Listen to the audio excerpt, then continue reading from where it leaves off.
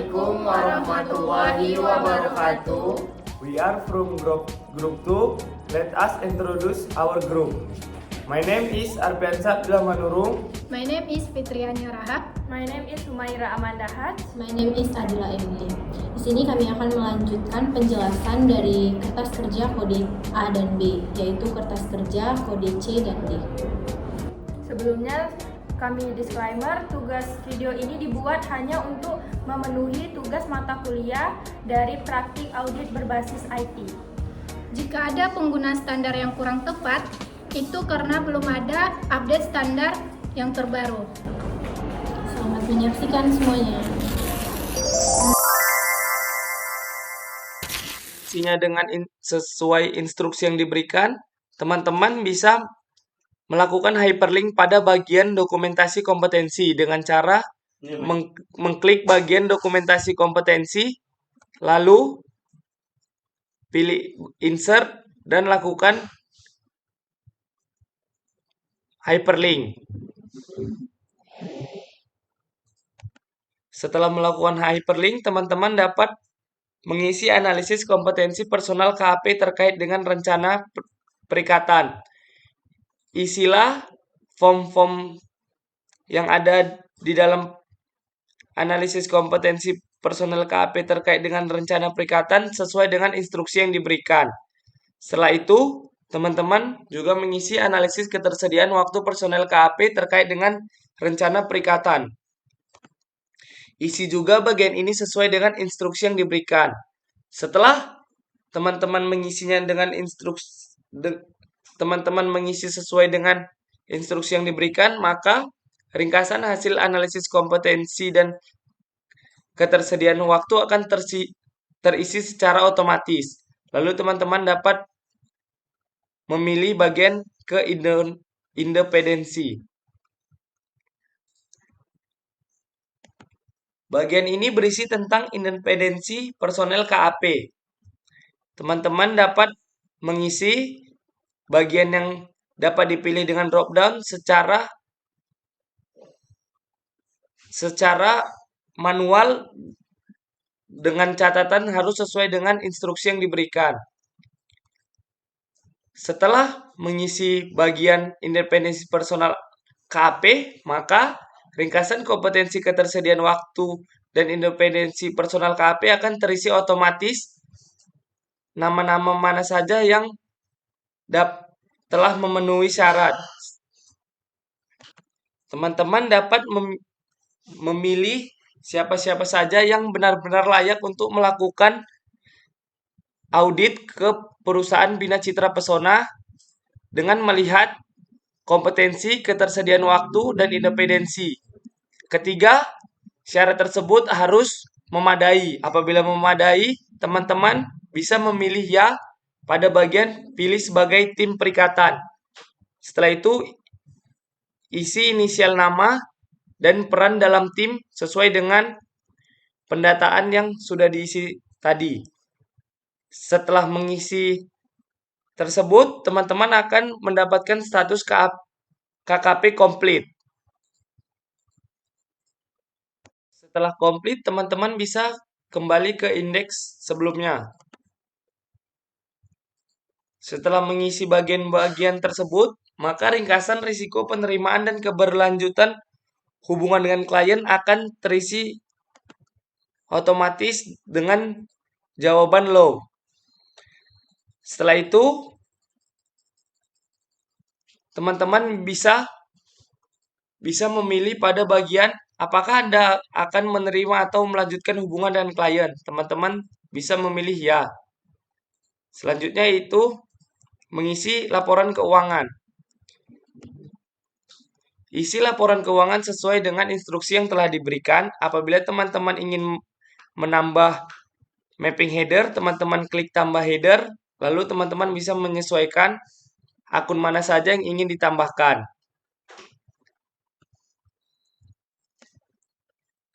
Setelah mengisi laporan keuangan dan akun-akunnya secara manual, teman-teman bisa kembali ke Oh, sebelum itu teman-teman harus memastikan bahwasannya keempat kolom tersebut balance. Lalu teman-teman kembali ke konten A1. Setelah itu, jelaskan bagaimana auditor melakukan mitigasi resiko. Auditor melakukan mitigasi resiko audit dengan cara menerapkan risk-based audit dalam setiap proses audit. Kesimpulan dapat diperoleh berdasarkan hasil analisis kertas kerja indeks A1101 sampai dengan A1104. Setelah itu, kita bisa lanjut ke bagian A120. A120 berisi tentang alokasi jam jasa dan perencanaan lainnya. Pada bagian ini, kita bisa mengisinya sesuai dengan instruksi yang telah diberikan di buku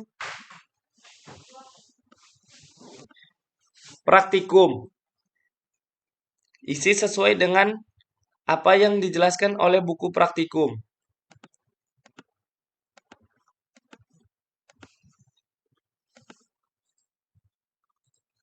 Pada bagian ini akan terisi otomatis.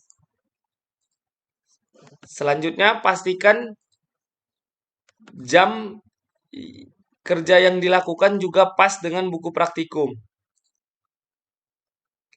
Lalu teman-teman bisa mencocokkan jam-jam kerja para auditor sesuai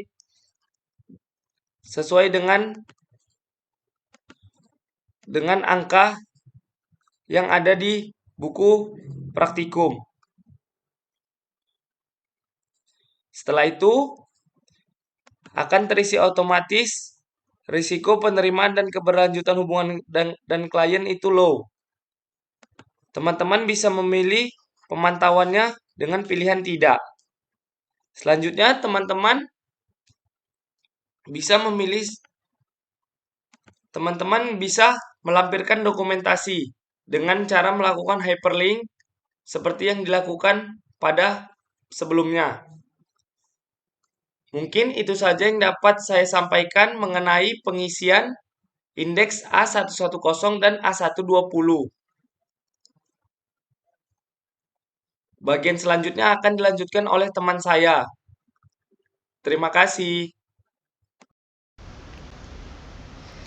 Baik, saya akan menjelaskan pre-engagement yang ada pada atlas pada kode A130 yaitu surat perikatan. Nah, di dalam kode A130 terdapat beberapa keterangan, yaitu nama KAP, nama AP, nama klien, alamat klien, tahun buku, indeks KKP, nama indeks SA yang relevan, dan keterangan lainnya. Dan di sini terdapat pernyataan mengenai surat perikatan, yaitu setelah di hasil analisis dari pertanyaan-pertanyaan ini sudah saya isi dari kode A sampai K. Setelah itu, setelah diisi dari pernyataan yang di atas, maka dapat kita isi contoh surat perikatannya. Kalau dia sudah ada, maka dibuat tersedia, lampiran suratnya dilampirkan, dan disimpulkan bahwa surat perikatan memadai. Dan bakalan status KKP-nya komplit.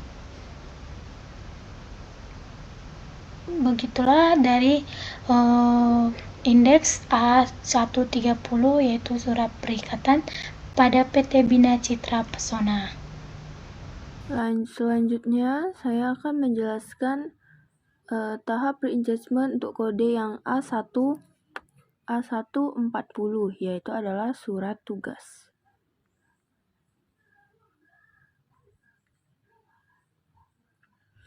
Di A140 ini berisi tentang penyusunan untuk surat tugas.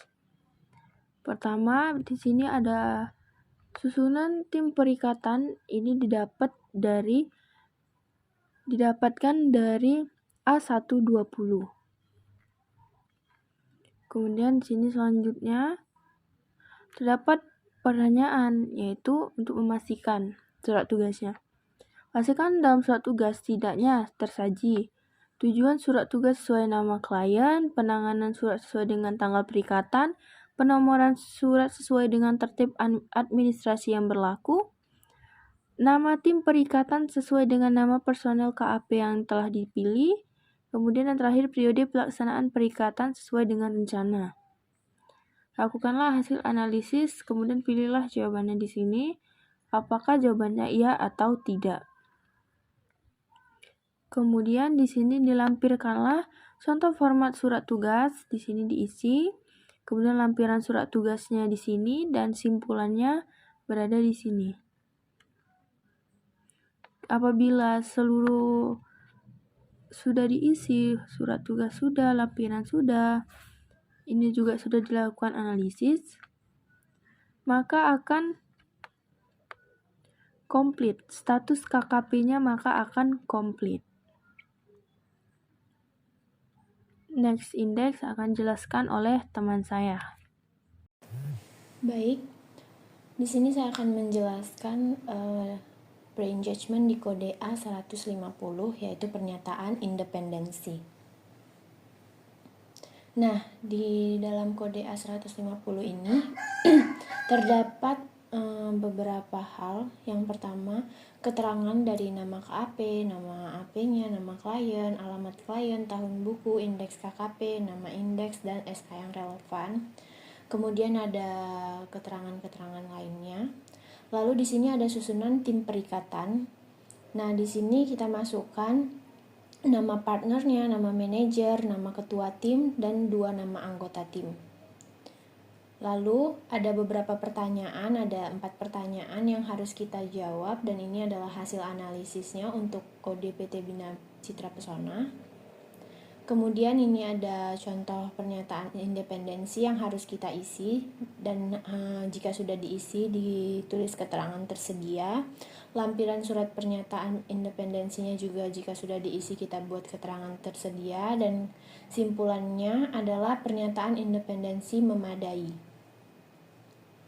Dan harus dipastikan bahwa status KKP-nya sudah komplit. Maka kita bisa ke next index, yaitu di A160, yaitu komunikasi tim perikatan.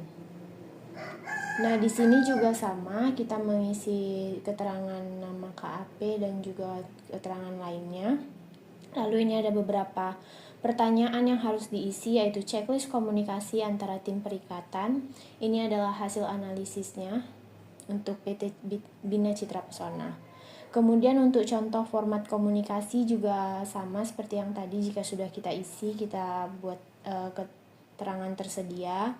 Lampiran komunikasi tim perikatan juga sudah kita isi dan kita buat keterangan tersedia. Kesimpulannya adalah komunikasinya telah memadai. Maka status KKP-nya jika semua sudah diisi adalah komplit. Selesai penjelasan untuk pre-engagement kode A150 dan kode A160.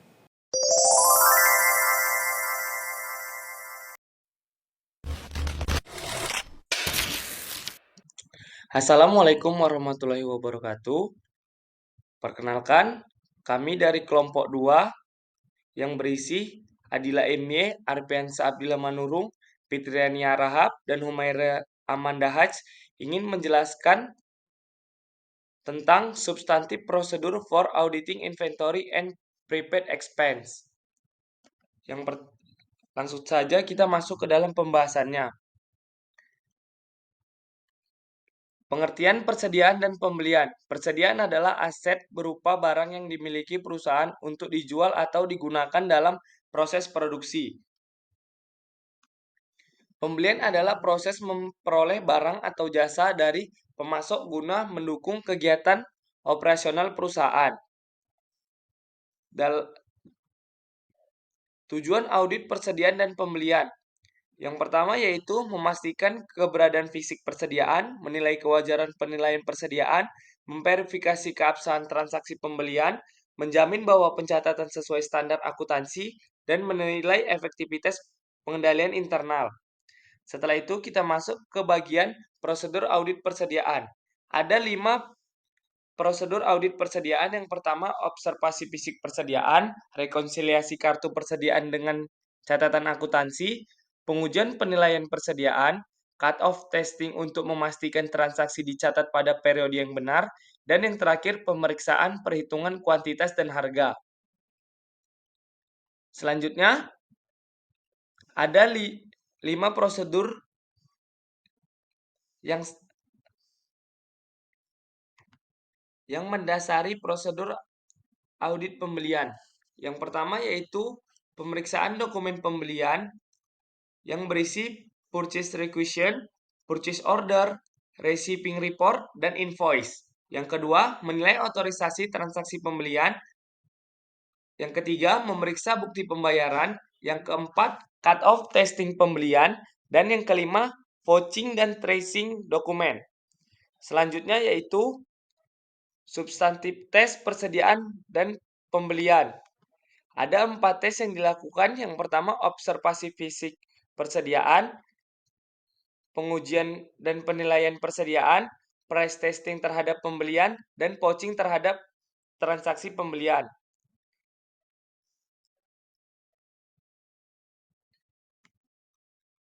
Selanjutnya, test of control persediaan dan pembelian. Ada 4 prosedur yang dilakukan, yaitu pemisahan tugas atau otorisasi antara gudang, pembelian, dan akuntansi, pengujian kontrol penerimaan barang, pengujian otorisasi dokumen pembelian, dan penilaian efektivitas pencatatan persediaan. Setelah itu, beban dibayar di muka. Pengertian beban dibayar di muka yaitu beban dibayar di muka adalah biaya yang dibayarkan di awal namun manfaatnya diterima pada periode mendatang, sehingga dicatat sebagai aset sementara. Beban dibayar di muka memiliki salah satu contoh yaitu asuransi dibayar di muka. Asuransi dibayar di muka adalah premi yang dibayar perusahaan untuk perlindungan di periode berikutnya. Bagian yang belum jatuh tempo dicatat sebagai aset dan diamortisasi sesuai masa perlindungan. Ada beberapa prosedur yang dilakukan untuk melakukan audit dibayar di muka. Yang pertama, pemeriksaan bukti pembayaran, pengujian perhitungan alokasi beban atau amortisasi, penelaahan kontrak atau polis, dan yang terakhir memastikan kesesuaian periode pengakuan. Ada 4 prosedur juga yang dilakukan pada substantif tes beban dibayar di muka. Yang pertama, vouching pembayaran premi. Yang kedua, pemeriksaan dokumen manfaat. Yang ketiga, pengujian amortisasi beban. Dan yang terakhir adalah analisis saldo antar periode. Selanjutnya itu test of control beban dibayar di muka. Test of control beban dibayar di muka terdiri dari 4 prosedur. Yang pertama, menilai otorisasi pembayaran. Yang kedua, pemisahan tugas dalam bagian keuangan. Yang ketiga, memastikan adanya kontrak atau polis yang sah. Dan yang terakhir, pengujian kontrol pencatatan amortisasi. Mungkin itu saja yang dapat saya jelaskan mengenai substantif prosedur for auditing inventory and private expense. Semoga teman-teman dapat memahami apa yang saya jelaskan. Terima kasih. Baik, saya akan menjelaskan kode C yaitu persediaan barang pada PT Bina Citra Pesona tahun 2024 yang ada di buku Pratikum, di mana kolom ini dicatat oleh klien masih ada salah pencatatan, namun saya sudah memperbaikinya, yang dimana kolomnya yaitu jenis persediaan, jumlah box, jumlah botol, jumlah ons, harga pokok per unit, harga pokok persediaan, dan jumlah. Yang pertama kita akan membahas bagian oil, yaitu dengan kode A601 lemon, jumlah boxnya 321, jumlah botol 7.704, caranya 321 dikali 24. Kenapa 24? Karena satu box itu jumlah botolnya 24. Yang selanjutnya jumlah ons, yaitu caranya jumlah botol dikali ukuran ons, yaitu 7.704 dikali 2 ons, dikali 2 dengan nilai 15.408. Dan harga pokok per unit, kita cara mengetahuinya yaitu dari tabel 5 yang ada di buku. Harga pokok per boxnya itu 249.600 dibagi 24 dibagi 2, yaitu 5.200. Harga pokok persediaan yang dicatat oleh klien yaitu 80.122.000. Sementara harga pokok persediaan seharusnya yaitu 80.121.600. Caranya jumlah ons dikali harga pokok, dan selisih dari harga pokok persediaan yang dicatat oleh klien dengan harga pokok persediaan seharusnya yaitu 400. Begitu pula dengan kode A603, A608, R315, R320, Q291. Harga pokok persediaan yang dicatat oleh klien yaitu 338.076.000 dan harga pokok persediaan seharusnya yaitu 336.925.600. Begitu juga dengan krim, lotion, kolagen, dan spray.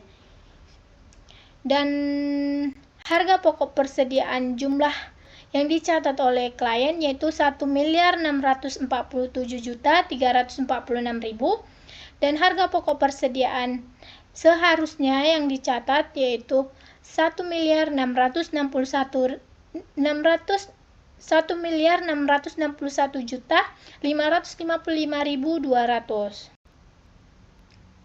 Ternyata di bagian persediaan lotion di mana kode L612 yaitu moisturizing di buku pada praktikum dibuat satu, sementara saya pisah supaya saya mudah memahaminya.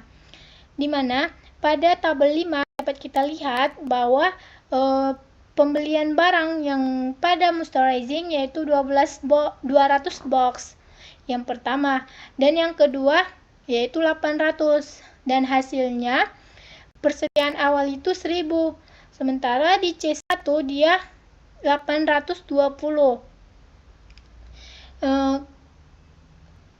Dan hasilnya kan 1000 dikurang 820 yaitu 180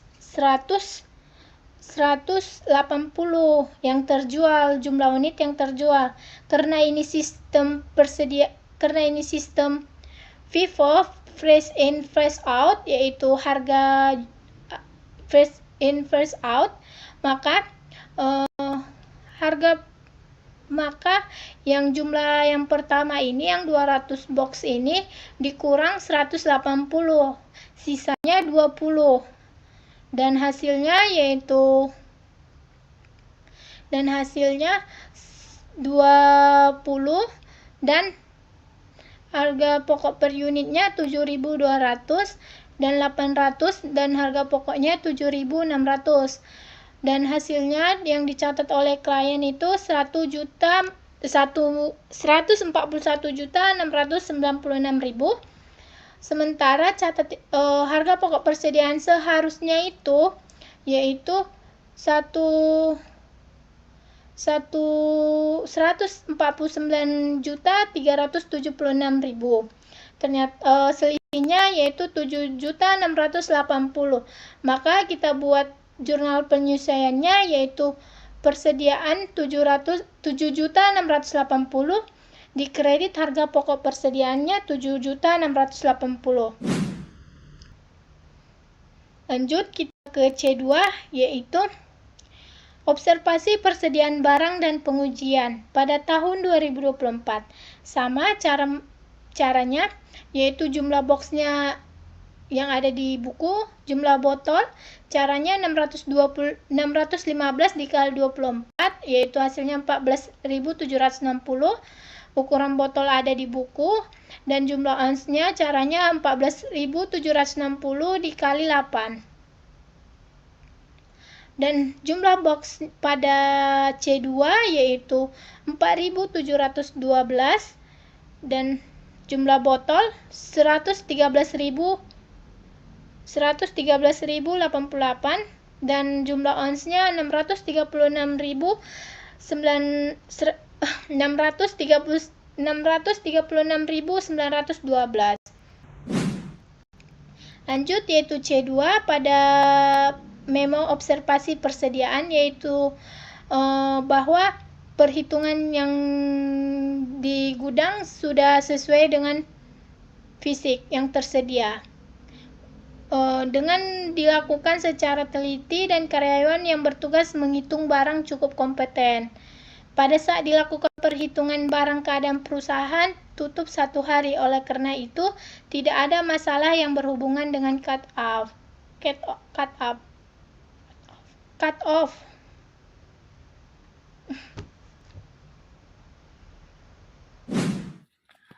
Baiklah, di sini saya akan melanjutkan menjelaskan untuk kode D. Jadi di D1 itu mengenai asuransi dibayar di muka dan beban asuransi. Untuk mengisi D1 ini kita mendapatkan informasi yang ada di kode D2. Nah, di kode D2 ini itu adalah bukti konfirmasi asuransi dari PT Asuransi Pita Lamsa. Di konfirmasi asuransi ini terdapat berbagai transaksi asuransi yang terjadi pada perusahaan PT Bina Citra Pesona.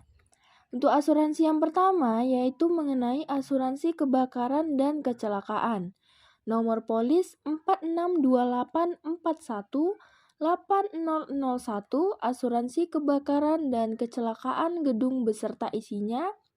Jumlah pertanggungannya sebesar 3 miliar rupiah pada tanggal 1 Juli 2022 dengan jangka waktu 2 tahun dan premi Rp31.250.000. Kemudian asuransi yang kedua yaitu dengan nomor polis 4628418002 asuransi kebakaran dan kecelakaan gedung pabrik beserta isinya. Jumlah pertanggungannya sebesar 5 miliar rupiah tanggal 1 Juli 2024 dengan jangka waktu 2 tahun, preminya adalah Rp62.500.000. Berdasarkan informasi yang udah dilihat dari kode D2 tadi, kita bisa mengisi kode D1. Seperti yang kita ketahui, yaitu perusahaan asuransinya tadi adalah PT Asuransi Pita Lamsa. Nomor polis yang pertama itu 4628418001. Jenis pertanggungan yang terjadi yaitu adalah asuransi kebakaran dan kecelakaan gedung pabrik beserta isinya.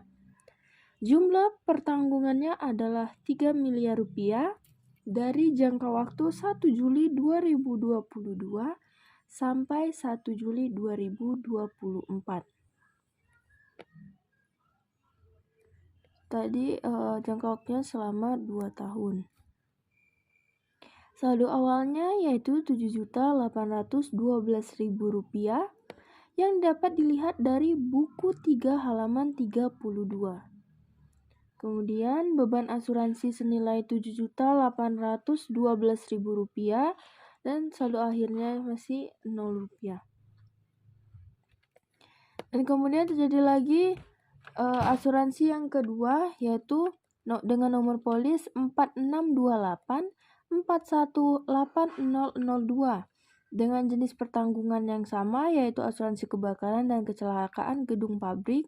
Jumlah pertanggungannya adalah 5 miliar rupiah dari jangka waktu 1 Juli 2024 sampai 1 Juli 2026. Saldo awalnya kosong, pembayaran preminya Rp62.500.000 yang dapat dilihat dari buku 4 halaman 34.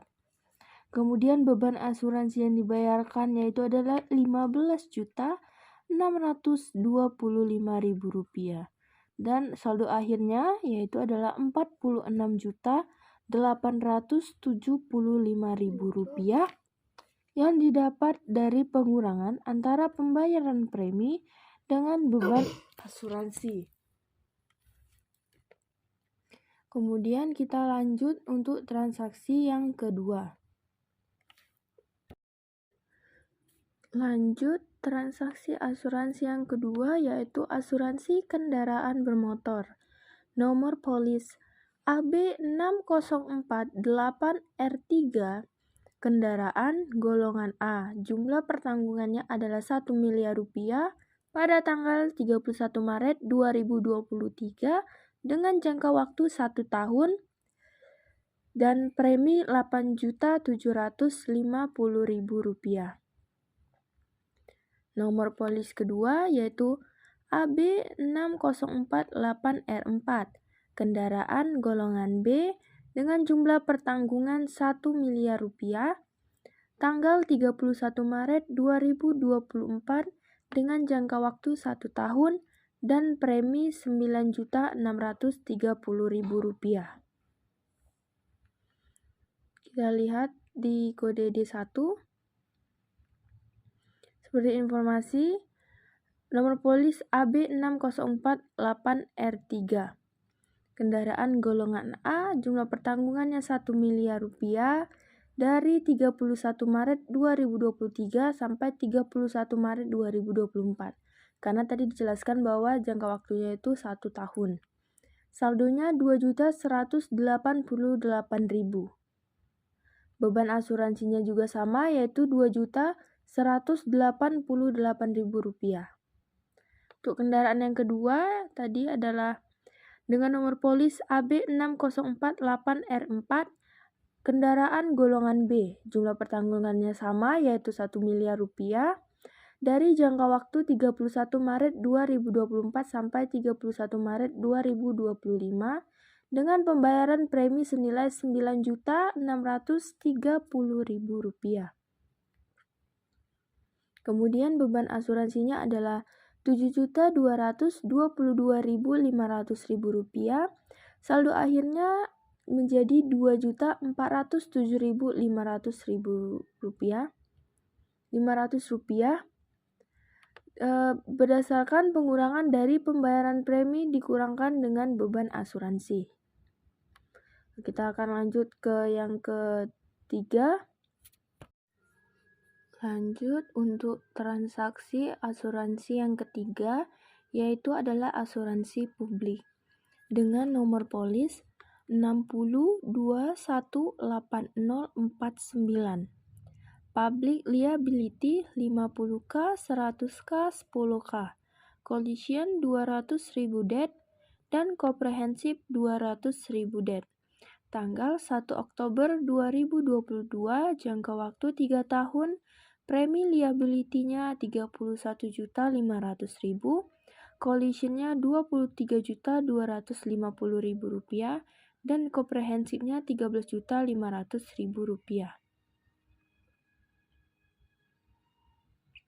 Jadi di transaksi yang ketiga itu ada 3 jenis pertanggungan, yaitu yang pertama public liability dengan jumlah pertanggungan Rp50.000, Rp100.000, dan Rp10.000 dari jangka waktu 1 Oktober 2022 sampai 1 Oktober 2025 dengan saldo Rp18.376.000. Kemudian beban asuransinya adalah Rp10.500.000. Saldo akhirnya Rp7.876.000.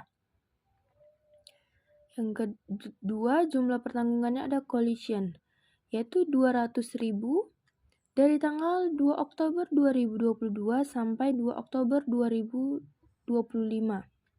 Saldonya Rp13.562.000. Beban asuransinya adalah Rp7.750.000 dan saldonya Rp5.812.000. Jenis pertanggungan yang ketiga yaitu komprehensif. Jumlah pertanggungannya Rp200.000. Jangka waktu 3 Oktober 2022 sampai 3 Oktober 2025.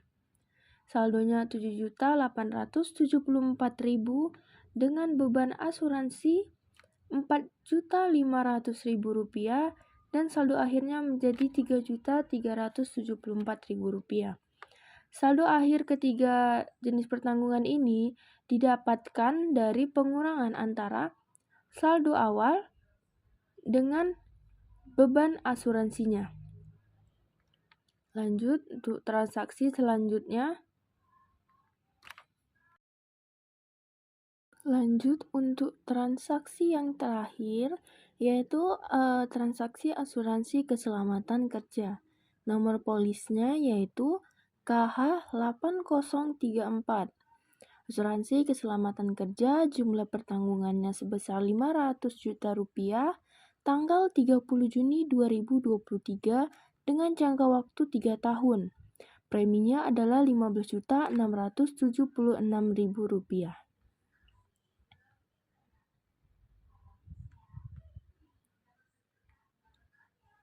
Sini kita bisa lihat nomor polisnya yang KH8034. Jenis pertanggungannya asuransi keselamatan kerja. Jumlah pertanggungannya Rp500 juta dengan jangka waktu 30 Juni 2023 sampai 30 Juni 2025. Saldo awalnya Rp13.064.000. Beban asuransinya Rp5.226.500. Saldo akhirnya menjadi Rp7.837.500. Untuk saldo awalnya ini dapat dilihat dari buku 3 halaman 32. Kemudian totalnya saldo awalnya Rp62.876.000. Pembayaran premi total Rp72.130.000, beban asuransi total Rp60.824.000, dan saldo akhirnya total Rp74.182.000. Kita akan lanjut untuk membahas ke D3.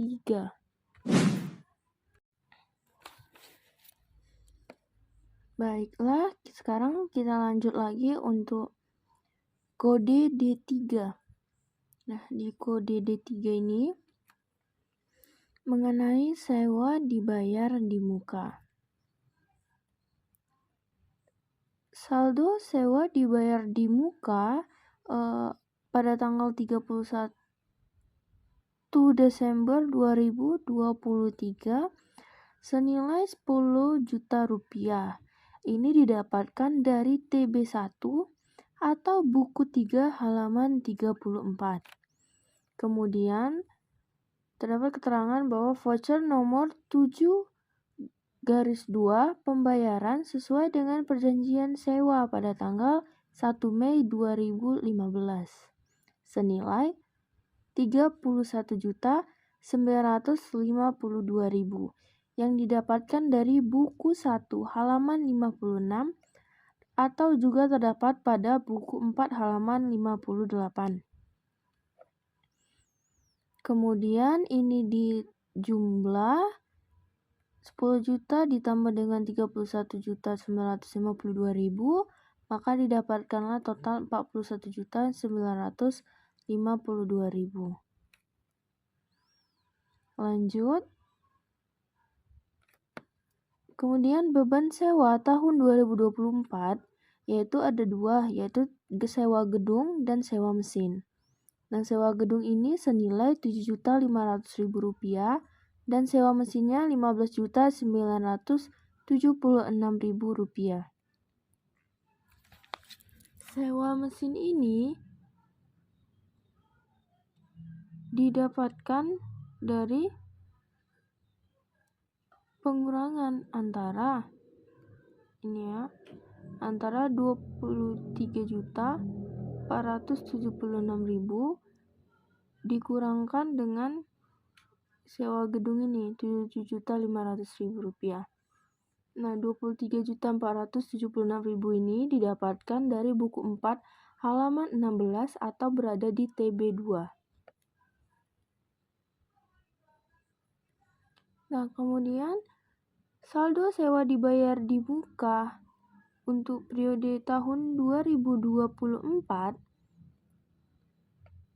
untuk periode 31 Desember tahun 2024 yaitu senilai Rp18.476.000 yang berasal dari pengurangan antara ini nih 41.952.000 dikurang dengan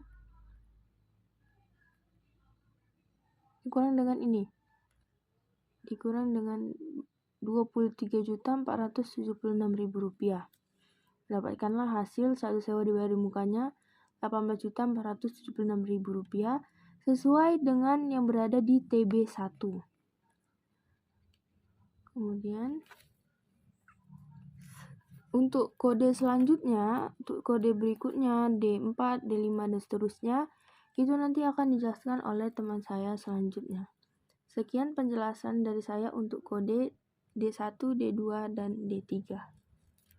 Baik, kita mulai dari kode D4.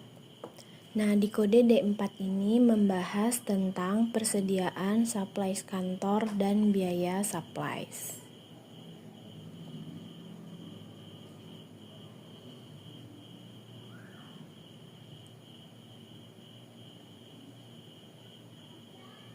Jadi untuk menghitungnya itu adalah kita harus mengetahui saldo di tahun sebelumnya, yaitu tahun 2023. Nah, saldo di tahun 2023 sebesar 12.250.000 didapat dari TB1. Kemudian sudah kami tick mark juga, lalu ditambah dengan pembelian supply selama tahun 2024. Di voucher nomor 316 itu senilai 4.080.000 didapat dari tabel 6 buku 1 halaman 58. Nilainya juga sudah kami cek. Kemudian untuk yang voucher nomor 520 sebesar 7.570, voucher 915 6.390.000 didapat juga dari tabel 6 buku 1, dan yang terakhir voucher 1115 7.760.000. Seluruh nilai ini sudah kami tick mark Y, yang artinya telah dilakukan vouching terhadap voucher. Lalu semua pembelian supplies itu di total hasilnya 25.800.000. Ini adalah pembelian supplies selama tahun 2024 senilai segini, 25.800.000. Kemudian nominal saldo tahun lalu ditambah dengan pembelian tahun ini didapatlah nominal 38.050.000. Jadi ini adalah total saldo tahun lalu ditambah pembelian tahun ini. Nah, kemudian saldo itu dikurang dengan saldo akhir 31 Desember 2024 sebesar 14.800.000 yang didapat dari TB1 dan juga ada di kode D6. Itu juga kami tick mark N, yang artinya telah dilakukan observasi. Kemudian jadi didapatlah beban supplies tahun 2024 itu sebesar 23.250.000 yang didapat dari pengurangan saldo 38.050.000 dikurang dengan saldo akhir 31 Desember 2024 ini. Jadi dapatlah hasilnya 23.250.000 dan ini sudah sesuai dengan TB2. Dan sudah kami cek juga hasilnya sesuai dengan TB2. Baik, kita mulai untuk penjelasan kode D5. Jadi di kode D5 ini menjelaskan tentang persediaan peralatan kecil dan beban peralatan periode 31 Desember 2024. Nah, untuk menjelaskan ini sama halnya seperti kode D4 tadi. Jadi kita mencari dulu saldo di tahun lalu yaitu 31 Desember 2023 sebesar 9.500.000 didapat dari TB1 dan juga ada di buku 3 bagian D5 halaman 36. Ini juga sudah kami tick mark N yang artinya sesuai dengan kertas kerja tahun sebelumnya. Kemudian kita memasukkan pembelian selama tahun 2024. Jadi di sini ada 4 voucher pembelian selama tahun 2024. Voucher pertama nomor 221 itu sebesar 2.960.000 didapat dari tabel 6 buku 1 halaman 58. Voucher kedua 404, voucher ketiga 824 dan voucher keempat 914 dengan nominal yang ada di layar. Semua nominal ini juga telah kami tick mark Y yang artinya telah dilakukan voucher atau vouching, faktur pembelian dan dokumen pendukung lainnya. Kemudian di total untuk pembelian selama tahun 2024 sebesar 20.520.000. Jadi total ini ditambahkan dengan total tahun lalu sebesar 9.500.000. Jadi hasilnya sebesar 30.020.000 rupiah. Lalu total ini dikurang dengan saldo tahun 2024 31 Desember sebesar 17.800.000 rupiah yang didapat dari TB1. Kemudian dapatlah beban selama akhir 2024 itu sebesar 12.220.000, yaitu pengurangan dari 30.020.000 dikurang saldo tahun 2024. Nah, hasil ini sudah sama dan sudah sesuai dengan TB2. Juga sudah kami cek kembali dan kami pastikan. Jadi selesailah penjelasan untuk kode D5. Baik, untuk kode D6 ini, jadi di D6 ini berisi memorandum untuk persediaan dan peralatan kecil dari beban peralatan untuk periode 31 Desember 2024. Nah, isi memorandumnya adalah pada hari Selasa tanggal 1 Januari 2024. 1 Januari 2024. Kami telah melakukan observasi atas perhitungan fisik persediaan peralatan kecil dan supplies kantor yang dilakukan oleh karyawan klien. Karena sejumlah persediaan tersebut relatif kecil, kami tidak melakukan pengujian perhitungan atau test count. Sebagai gantinya, kami memeriksa daftar hasil perhitungan fisik dan menelusur ke kartu perhitungan. Kami yakin bahwa kuantitas dan jenis pos-pos yang ada dalam daftar perhitungan tersebut adalah wajar. Selain itu, kami juga melakukan observasi terhadap prosedur pencantuman harga dan melakukan beberapa pengujian. Dalam hal ini, kami tidak menemukan penyimpangan atau kesalahan. Kami berkeyakinan bahwa pencantuman harga terhadap persediaan peralatan kecil sebesar 17.800.000 pada kode D5 dan persediaan supplies kantor sebesar 14.800.000 pada kode D4 adalah wajar. Tertanda 1 Januari 2025. Baiklah, pada pembahasan kali ini saya akan membahas indeks D7. Indeks D7 berisi tentang iklan dibayar di muka dan beban asuransi. Pertama-tama, teman-teman bisa membuka buku 1 halaman 58. Pada halaman tersebut tertuliskan voucher-voucher yang dikeluarkan oleh PT Bina Citra Pesona. Setelah melihat isi dari halaman tersebut, teman-teman bisa memilih transaksi-transaksi mana saja yang termasuk dengan iklan dibayar di muka. Terdapat 4 transaksi yang menunjukkan bahwa transaksi tersebut adalah iklan dibayar di muka. Setelah itu, jumlahkan keempat transaksi tersebut, lalu kurangi dengan beban iklan selama tahun 2024. Setelah dikurangi, maka kita akan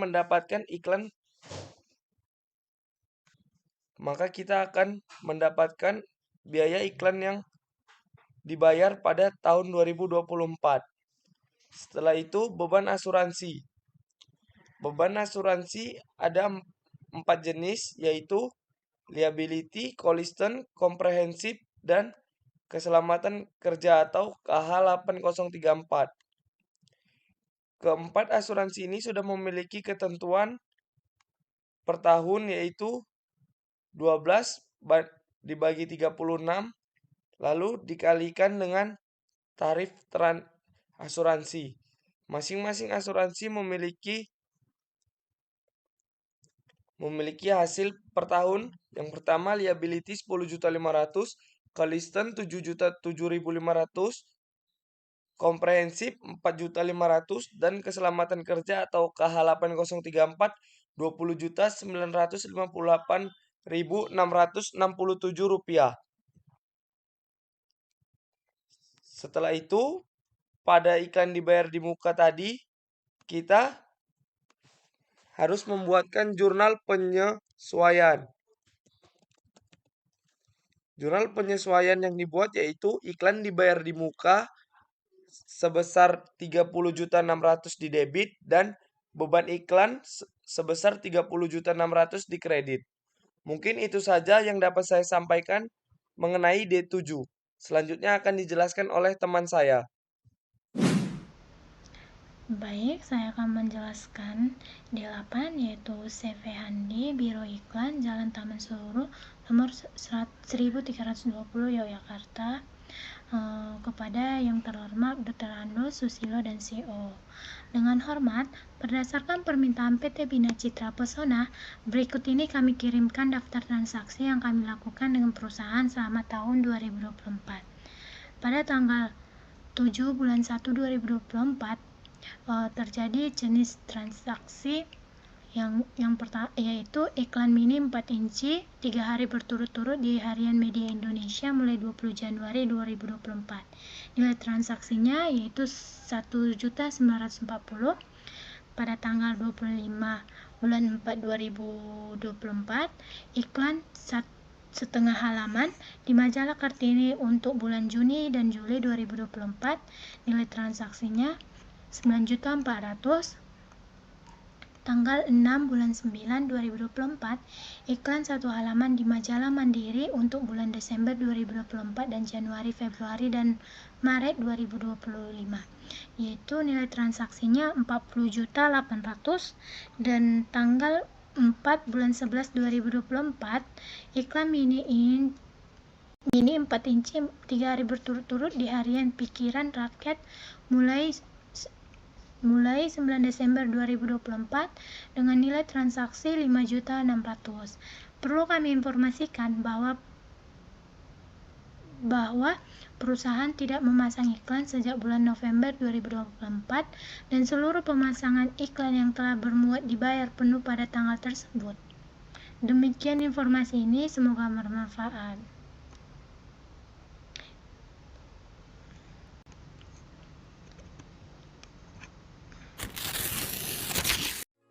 That's all from our group. The next presentation will be continue the next group. Thank you. Wassalamualaikum warahmatullahi wabarakatuh.